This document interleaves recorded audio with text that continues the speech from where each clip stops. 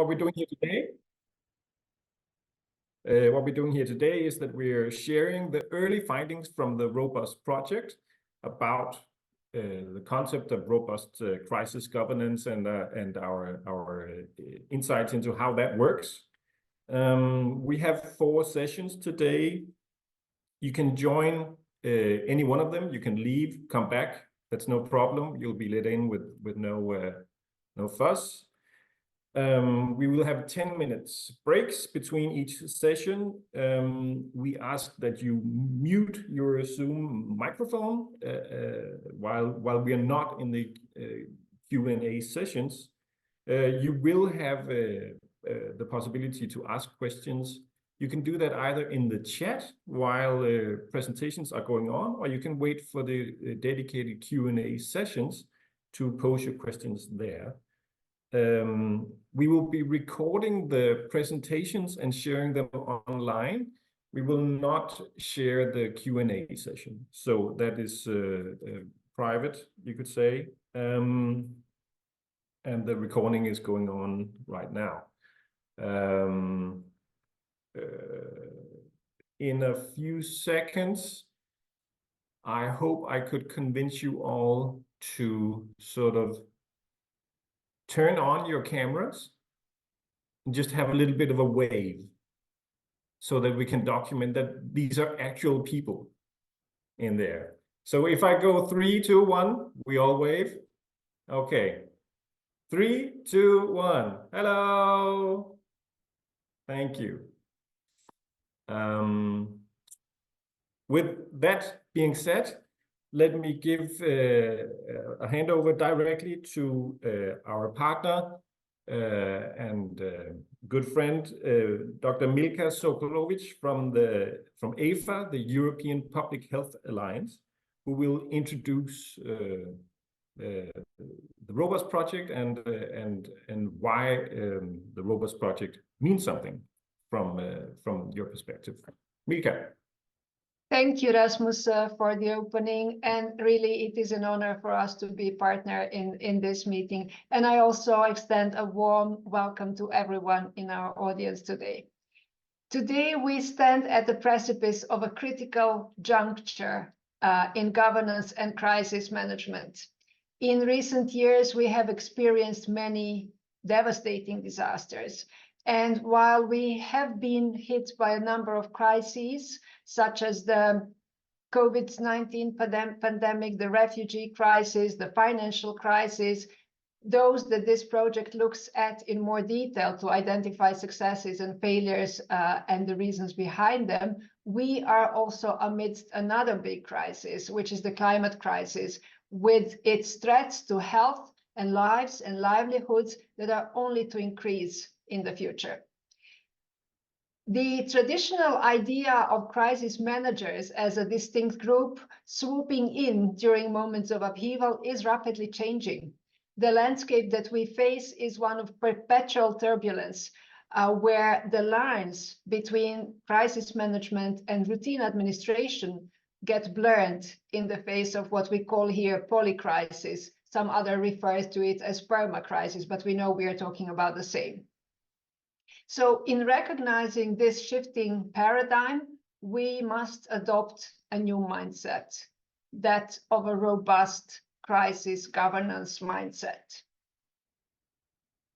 And this approach sees crises not merely as disruptive forces, but as catalysts for innovation and adaptation within the public sector. And the aim of this approach is not just to bounce back, but to build back better, which fortifies our systems against future shocks while upholding the fundamental values of democracy and the rule of law. Now, to the Robust project, it really is a beacon in this endeavor. It is based on comprehensive case studies in 9 European countries and across sectoral analysis. And so Robust describes strategies and conditions for crisis responses that not only contribute to damage limitation, but also create public benefits in a novel way. So let's look into some examples from the mini cases from the COVID-19 pandemic and the country's vaccination policies. I'll start with Czechia, where large vaccination centers played a key role in administering COVID-19 vaccines, but there three challenges needed addressing. The first was the setup of those centers, which varied based on regional governments' decisions. The second, the vaccination pace depended on vaccine availability. And the third, vaccine hesitancy resulted in fewer people seeking vaccination, especially later in the pandemic. So in this example, a true example of success was the Brno city center. And you can notice my Slavic English here. I can pronounce Brno in the right way, where collaboration among regional and city governments, large hospitals, NGOs, volunteers proved really effective. And this center not only facilitated vaccine distribution, but also established new networks and connections that were then later utilized during the migration crisis caused by the war in Ukraine. Let's look into the example of Estonia as well. After being a frontrunner in vaccination rates in Europe in early 2021, the mass vaccination campaign slowed down in Estonia in the late spring of 2021. Now, to increase the vaccination rates, a special vaccination organization working group was established by the Ministry of Social Affairs, and it consisted of public servants from the ministry, public health agencies, as well as representatives of general practitioners and doctors. Now, this group was tasked with coordinating mass vaccination in the summer of 2021. And to achieve this, they collaborated, and I think collaboration is the key word here, with different stakeholders and developed a series of innovative instruments to make vaccination accessible and encourage as many citizens as possible to vaccinate against COVID-19. The working group format enabled stakeholders to frequently share information and to divide work. It tightened the collaboration between the organizations, and it allowed for a more swift and flexible approach to the vaccination coordination. The final example looks not very far away from here, so to our country, Belgium. The success of vaccination strategy in Belgium, and specifically in Flanders, depended on tackling vaccine hesitancy. And the role played here by intermediaries in the region, such as pharmacists, primary healthcare providers, and social workers, turned out to be very, very impactful. Relying on the local networks and local knowledge, they could then support both prevention and the vaccination strategy by managing information processing and innovating in their reach strategy in their own neighborhoods. So the COVID pandemic has been a stark reminder of the interconnectedness of our society. And we learned the hard way that a health crisis cuts across all sectors and affects every facet of public life. So our response must as well not be limited to a single institution or to a single sector. The pandemic has also clearly demonstrated that there is no health for anyone without health for everyone. And in this case, policies of social inclusion that bring equity to those that face discrimination have proven essential, an essential tool to build the social cohesion that was necessary for recovery. Now, importantly, they are equally necessary for resilience and for prevention. So I would say collaboration, a collaboration across sectors and across all governance level is not just desirable, but it is imperative for resilience. Crisis governance concerns policymakers, concerns public health, public sector decision makers, academia, civil society organizations, and every single citizen. So back to those crisis managers from the beginning of this story, they do play a vital role in preparedness and response, but every individual must be equipped to face the challenges of a crisis. So then again, back to the robust project and also IFA's role in it, the insights from the robust project will inform policies and transform practices, and we are positive and optimistic about this. Our aim at IFA is to bridge the gap between research and policy, to foster collaboration between different stakeholders, and to translate the robust results into actionable recommendations for policymakers in Brussels and beyond. So we put our brains and our energy together with our networks, together with you, to form more resilient governments that are better prepared for times of polycrisis and to offer solutions for more robust systems. Now about today, and I will keep it rather short. We will all have the privilege to engage with the robust research teams who have unearthed exemplary instances of collaborative crisis management. During the day, in 4 different sessions, we will talk about robust crisis governance, where we will examine how leaders across the public sector navigated the swift adaptation and innovation of public services during COVID-19, identifying key factors that distinguish successful responses.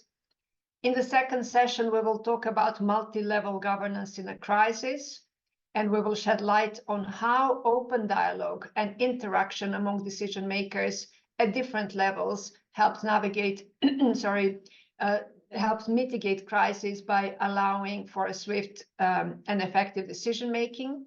In the third session, which we called Embracing Hybridity, we will highlight instances where professionals stepped outside of their comfort zones to tackle crisis situations, showcasing the adaptability and the flexibility of the governance structures. And in the last session, Societal Intelligence, we will focus on the importance of including diverse voices in public sector decision-making, particularly during crises like COVID-19, and the benefits and challenges of such inclusivity. So I urge each of you to participate actively, to exchange knowledge, to contribute to the collective effort of shaping a more resilient future.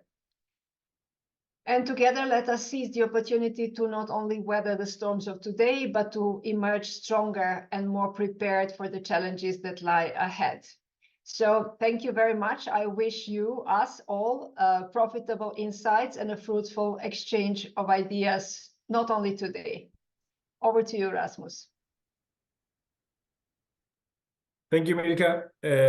I think you summed up our ambitions very well and even put a little bit of wind at our backs. Thank you for that. We move directly to our coordinator, Professor Jakob Torfing from Roskilde University. His research and that of others is at the basis of the Robust project, and you will see yourself where the project is taking us now. Jakob, over to you.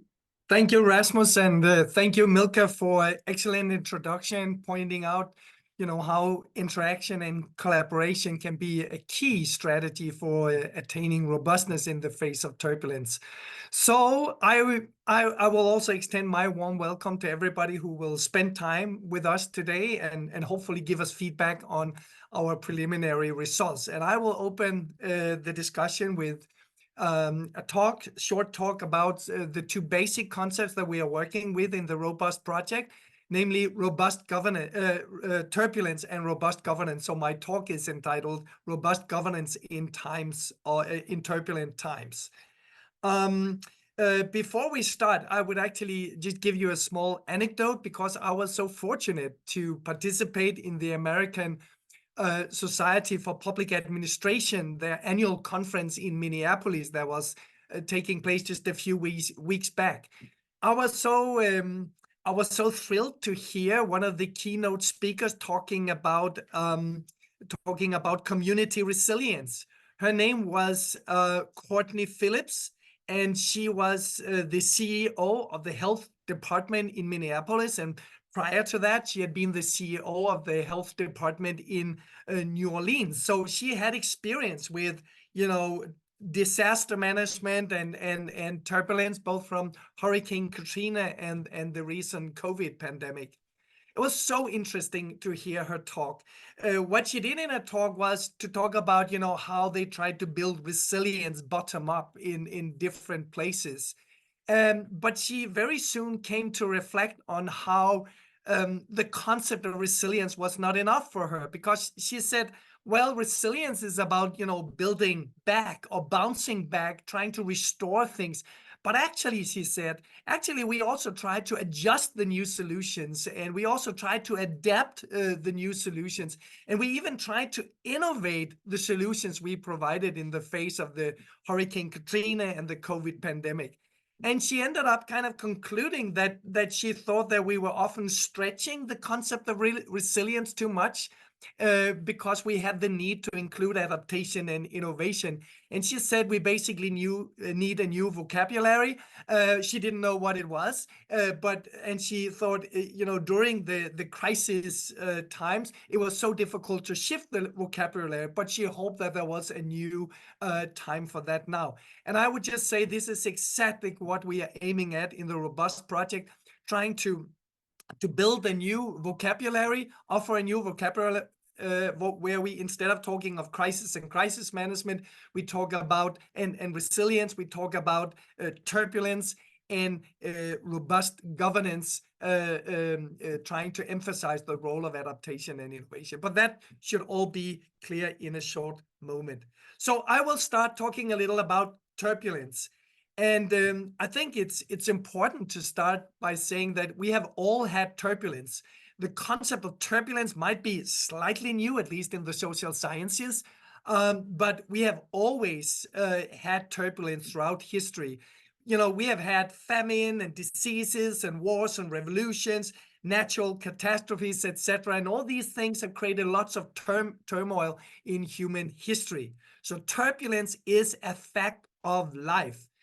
Although now it has also entered our scientific research vocabulary. So we have always had turbulence, but I will also be prepared to argue that there's something special today, because we are seeing today that the concurrence of globalization, we have new disruptive technologies that change our life and our business. We have a changing global world order with new powers rising. We have a massive social disalignment where people are politically oriented about new issues and questions about gender identity, etc. And all these things, they kind of coalesce to render spells of turbulence much more frequent and long lasting. So something is happening. We are experiencing a heightened turbulence today. And the consequence of this is that we see our public leaders, elected politicians, and public administrators, we see that they are increasingly busy. They spend a lot of their time putting out small and big fires.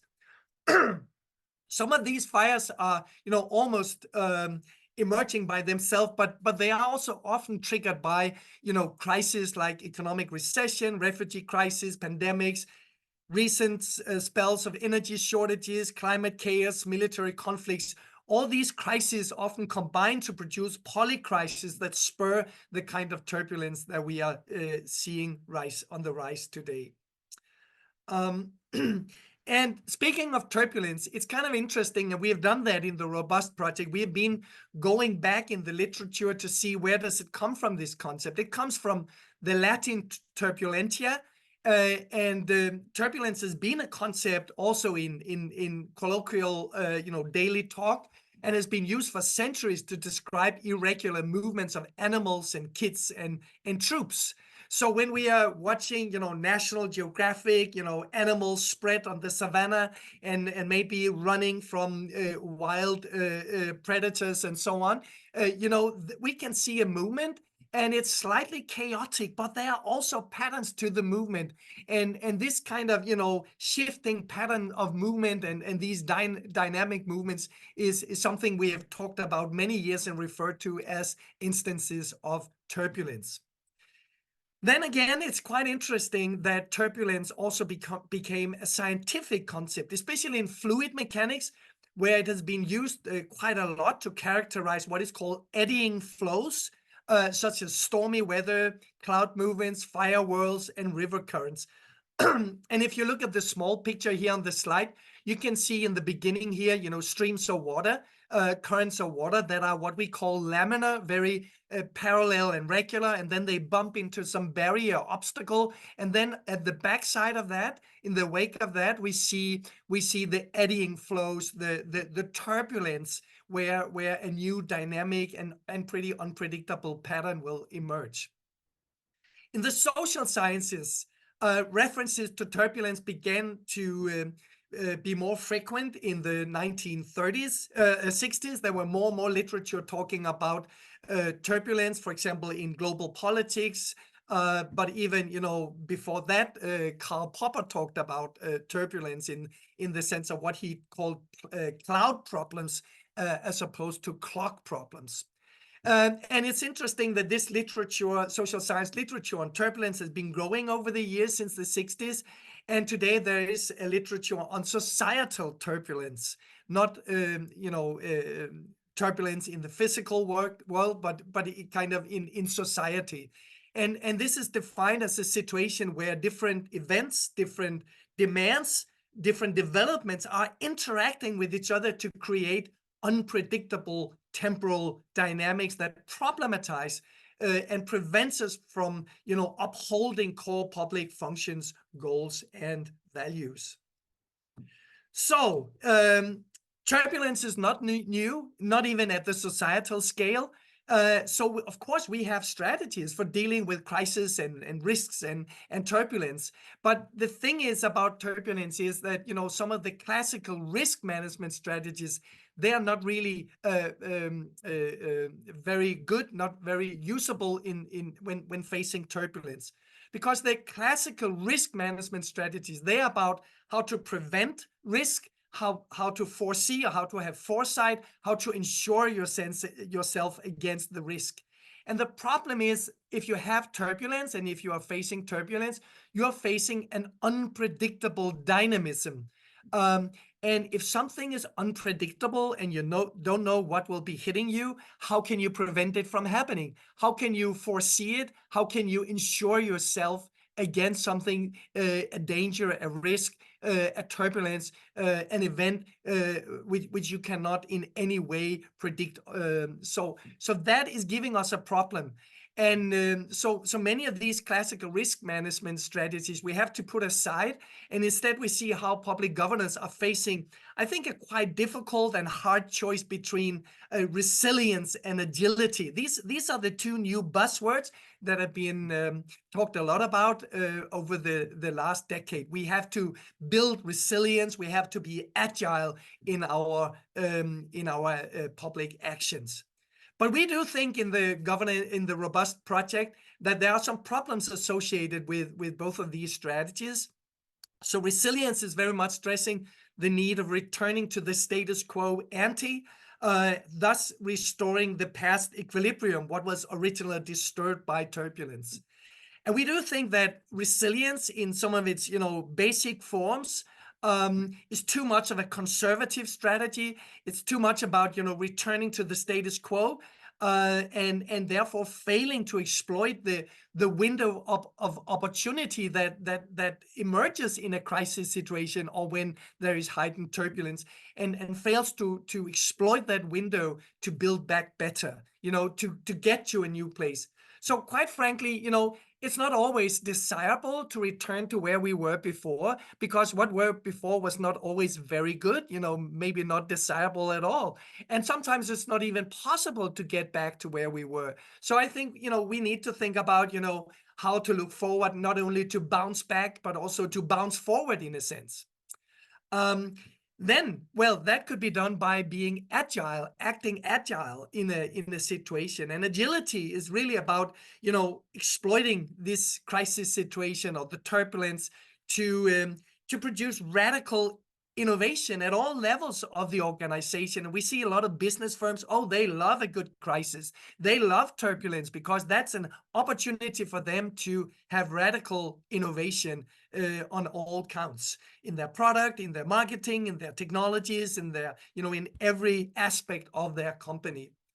But we do think, if we think about agility in the public sector, it can be seen as a little senseless change without looking back strategy that overlooks the need for actually, some at least partial stability in the public sector. We have some core functions, some core goals, some core values that we cannot give up in the public sector, that we need to maintain even in a situation of turbulence.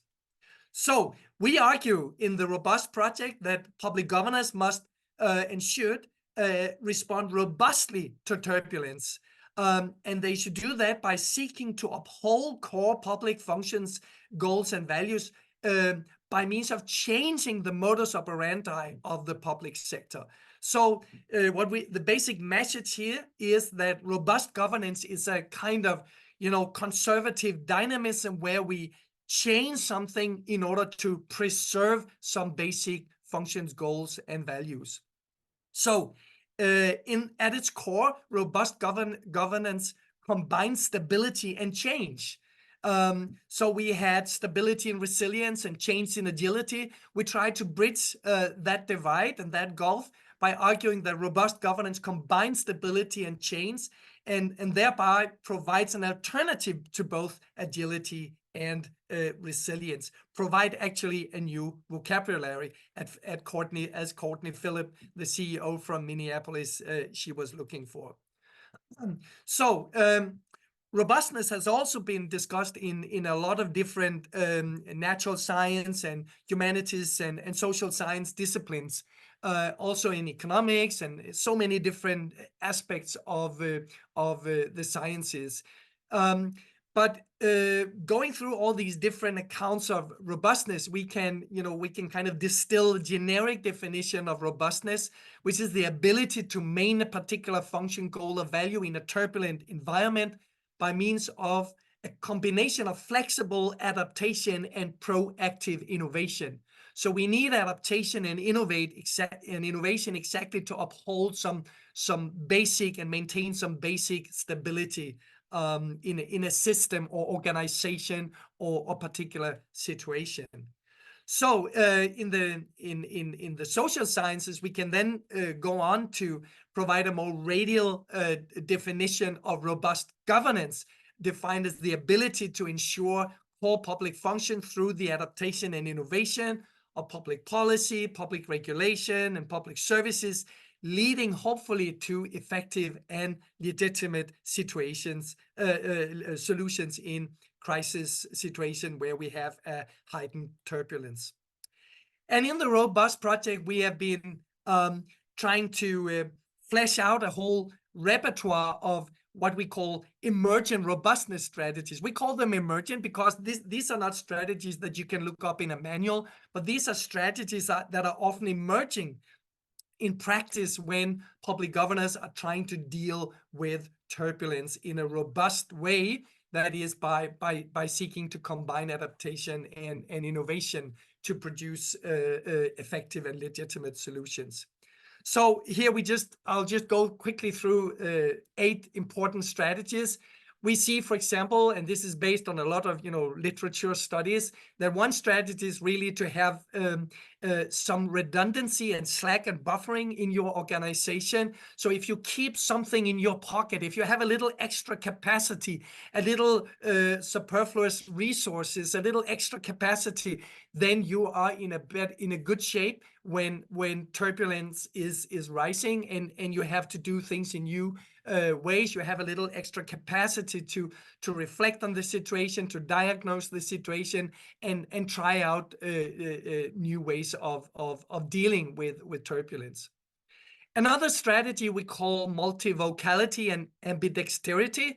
So multivocality is about producing public messages that are flexible, that are a little ambiguous, that speaks in different ways to different audiences and constituencies, And what is good about, speaking in ambiguous ways is that it gives you some room and room for maneuvering, so you can slightly change and be flexible in your solutions and still generate support from different constituencies and audiences, because that's a tricky thing, and we saw it during COVID, how public governors had to change their tactic and strategy all the time, and that created some, negative feedback sometimes from the public. So therefore, it's important to have kind of, open, flexible solution that can be, taken in different directions. So this is basically about keeping your options open. This is a very good advice for public governors.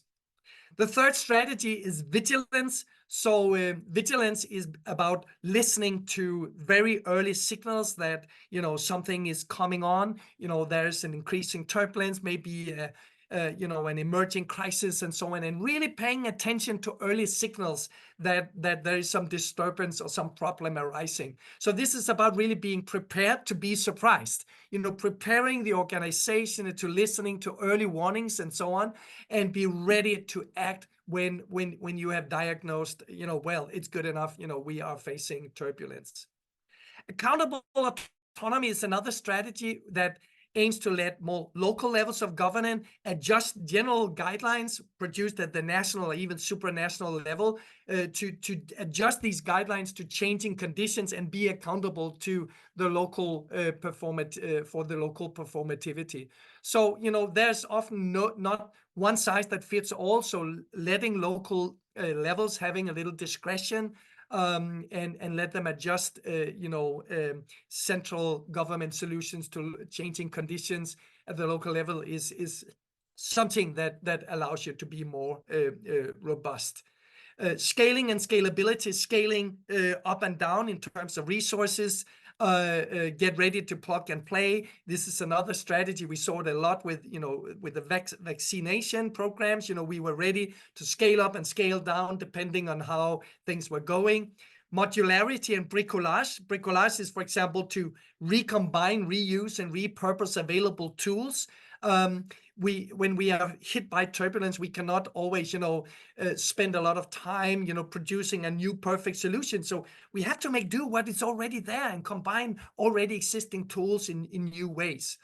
Proactive real-time innovation is simply, to use experimentation, develop and test prototypes, to have fast learning. It's also a very good robustness strategy. And finally, what Milka also talked about, coordination and collaboration, bringing together different actors with different forms of knowledge, with different competences, different skills, and producing mutual learning is something that allow us to be adaptive and innovative. So let me just finish off by kind of pointing to the rest of the program of today, because here's the kind of framework that we are building in the Robust project. If you look at the top, to the left, we have turbulence, which is kind of jeopardizing, the production of societal outcomes, prevents us from upholding function, goals, and values deemed important for society.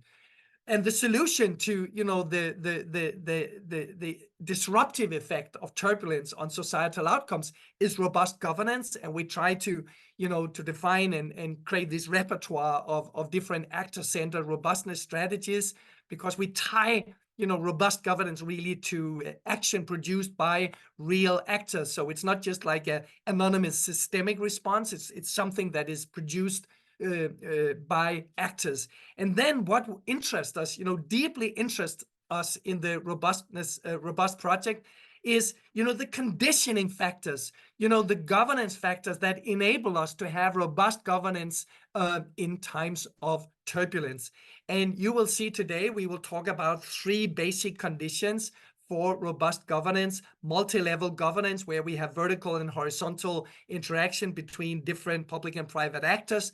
We will talk about hybrid governance, where we are combining different forms and paradigms of public governance to produce more robust solutions. And then societal intelligence, where we try to negotiate different forms of knowledge produced either by politicians, experts, or lay actors. And we do see, these basic conditions as something that may either enable or hinder the production of robust governance in the face of turbulence. And hopefully, if we design our future governance systems well enough, we will be able, through robust governance, to uphold key public functions, goals, and values, even when everything around us is becoming, is melting into air and is becoming more and more unstable. Thank you.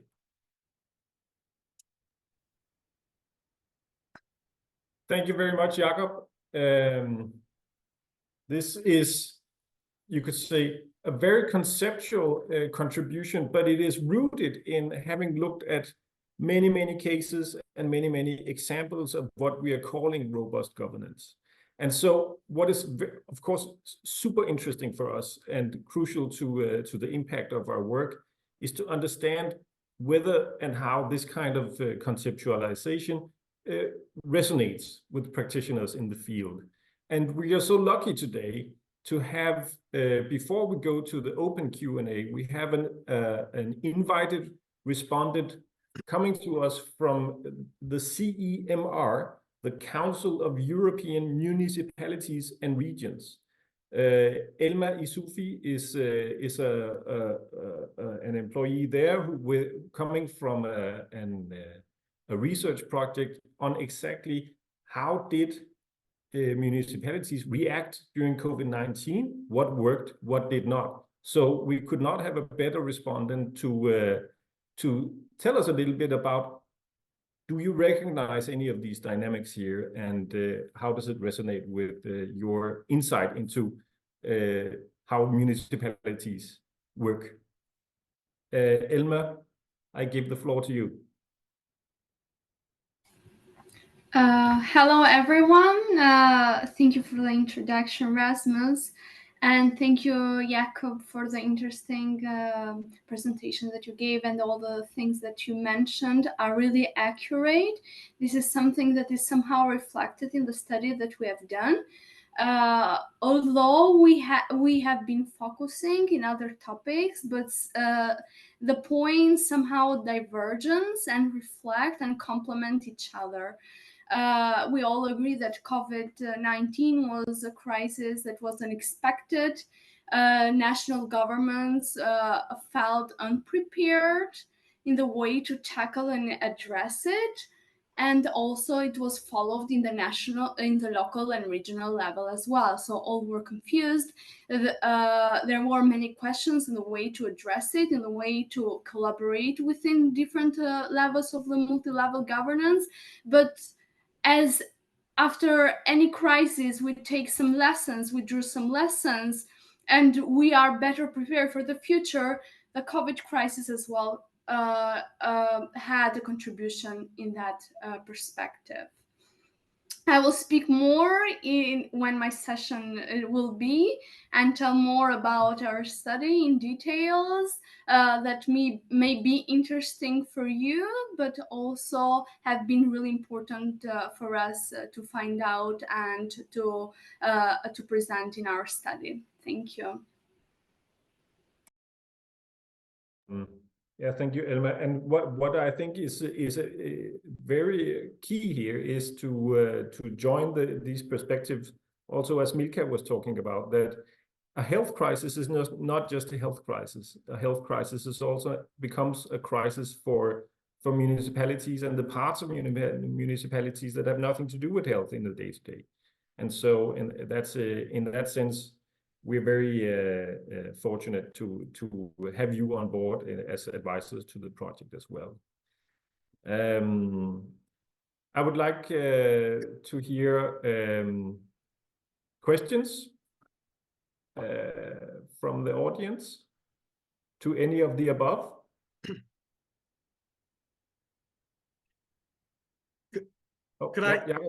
While people are thinking about questions and comments, and we really appreciate any question or comment, because we want to learn from these sessions, and we know we can. I just wanted to comment on, crisis and turbulence. What is the relation? So I think it's interesting to when we look back at the COVID pandemic, It's interesting that in beginning there was a clear sense of crisis because we feared that our health care systems would break down, that they could not shoulder the burden. And I think in many countries we were very good to react very swiftly, to have measures that actually prevented that crisis.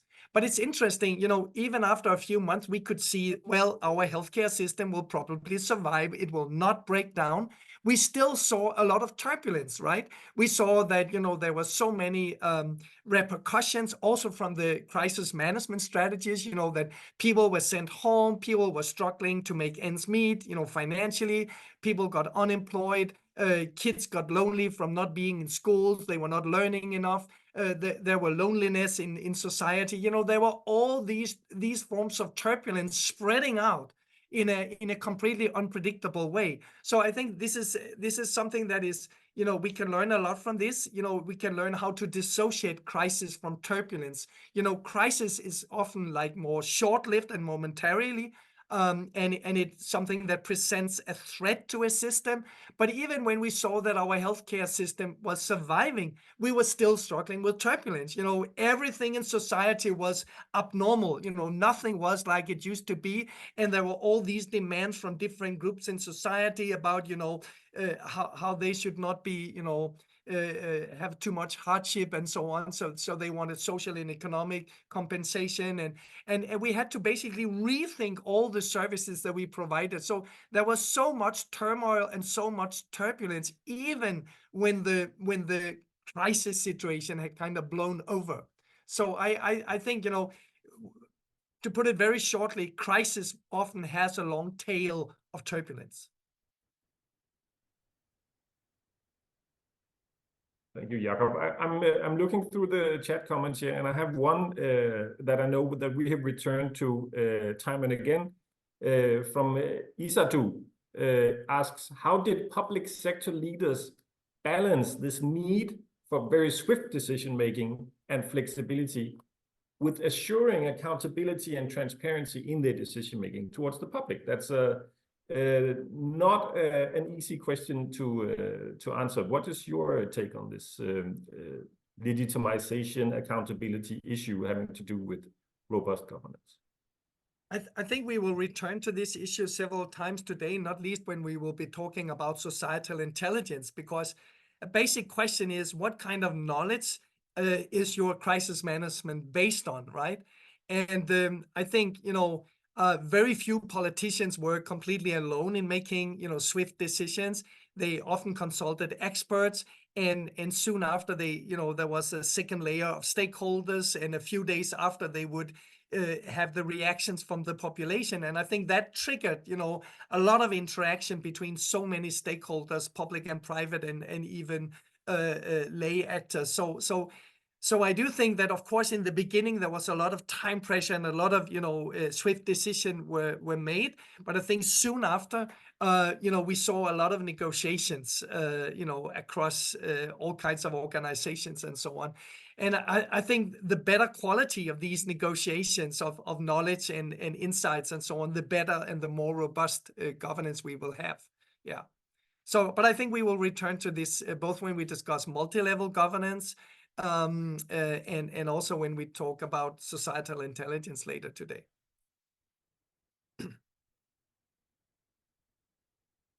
Now, Elma, you're still here, right? I was wondering, because I was looking through your report, and you guys, you were, as we have been, you have been diving deep into examples of how different governments responded. I don't want to put you on the spot, of course, but it would be very interesting also to hear what kind of experiences have you come across in your research on this? Ilma.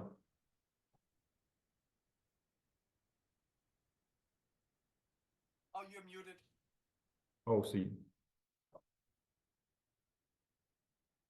Sorry. Elma, you're muted. Sorry. Oh, yeah, sorry. So I was saying that in our study, we tried to maintain a geographical distribution in the cities that we selected to be in our focus. It included urban, rural, cross-border, island cities, which had different experiences in the way they tackled the crisis and the challenges it brought with. So taking in mind these concrete examples that were followed and tackled by different municipalities and bringing that into attention helps us to take some lessons, but also as a good way to be replicated in different contexts, also adjusting to the context, economic, social, political, because you cannot simply take a model from a certain region or city and replicate it exactly that way in a different one. You have to adjust it. And this was our intention when we did so, and we brought the case studies for a way to spread the news in between different cities and regions as a way to be inspired and to be followed and replicated based on the context that they face. Yeah, thank you.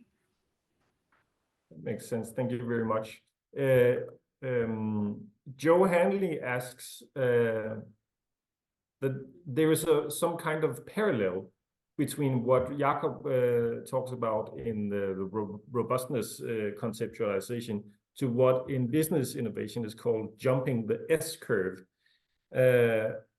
which Joe may have to elaborate for us, but is the conclusion, Joe asks, that robustness essentially means we need to recognize and move to a new business model for the public sector in the middle of a crisis? Scary territory for most managers. What do you think, Jakob? Well, I think, the days are over where we can, rely on a development where we have long stretches of stability, briefly interrupted by a small, crisis, and then we go on and have a new stability due to effective crisis management.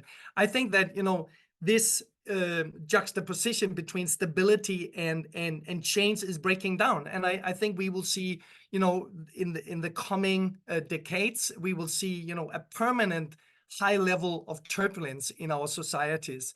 And this means that crisis management will no longer be an exceptionality, something we do every now and then, and we have a special core of people to do crisis management.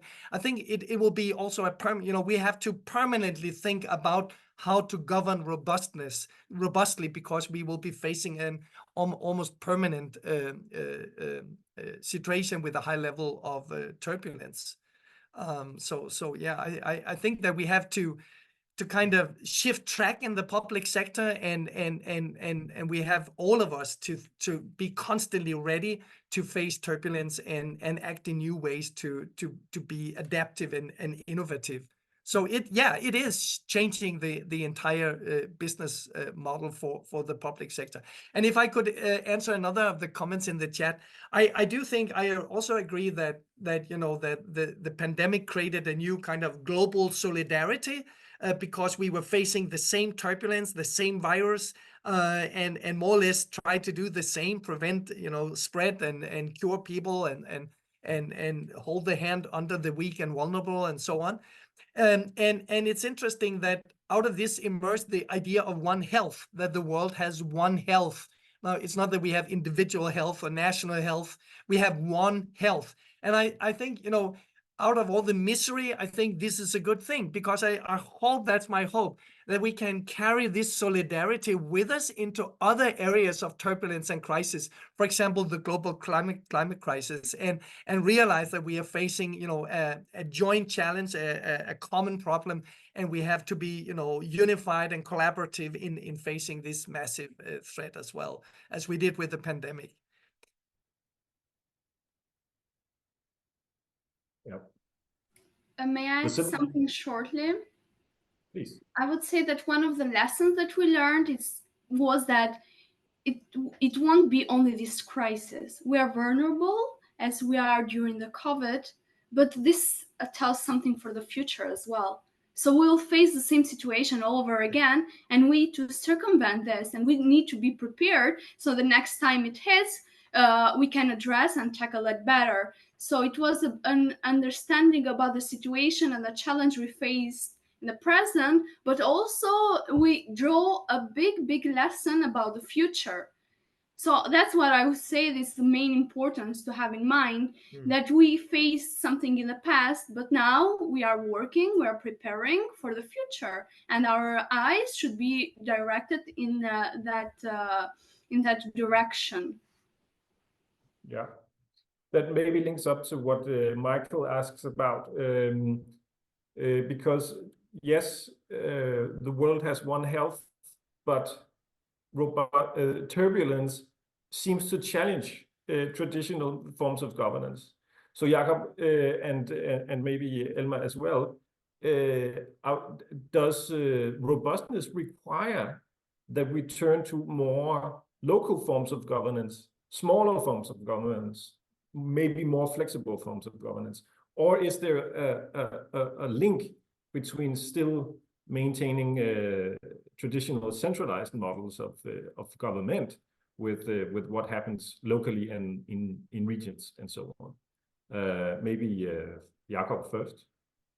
Yeah, no, I think this is a very good transition point to later talk about multi-level governance, because I think we need to mobilize all levels and all sectors to act on and respond to turbulence in a robust way, because the different levels of governance can mutually support each other.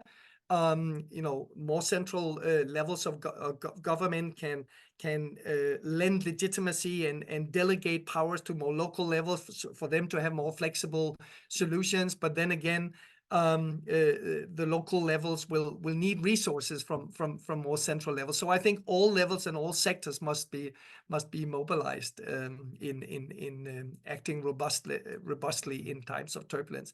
Could I answer another question, which I think is important in the chat? We have several concepts that try to capture the reality of unstable and unpredictable environments, wicked problems, polycrisis, etc. Why do we need a new language of turbulence? So I think that's a very good question, because I think we should be cumulative in science, build on each other's concepts. But I do think that turbulence is something different from wicked problems. Wicked problems is mainly about complexity, either cognitive complexity, the failure to understand the root cause of a problem, or political complexity with goal conflicts and so on.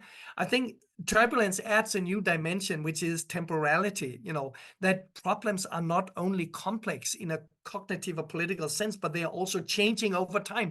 They're mutating in front of our eyes, as we saw with COVID.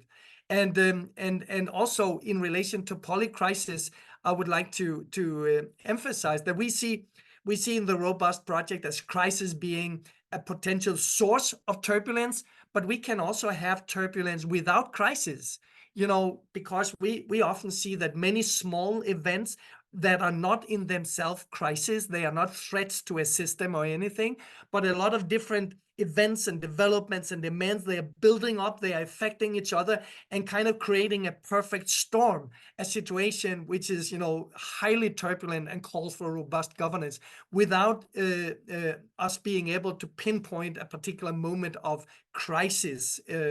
So this is why we do think that turbulence is a very good descriptor of what we see. It's an effect of crisis or something that emerges out of almost nothing, but still turbulence is this unpredictable dynamic that questions or problematize our ability to deliver in the public sector, and therefore calls for robust governance. I think that's a perfect place, Jakob, to round off this first opening session. Thank you to Jakob, to Elma, to Milka for participating here. As I promised, we will have 10 minutes break, and we will then rejoin to hear Titiana from the University of Turin talk about exactly this question of multi-level governance and how it helps to ensure robustness in governance. Thank you, everybody. See you again in 10 minutes. 5 past.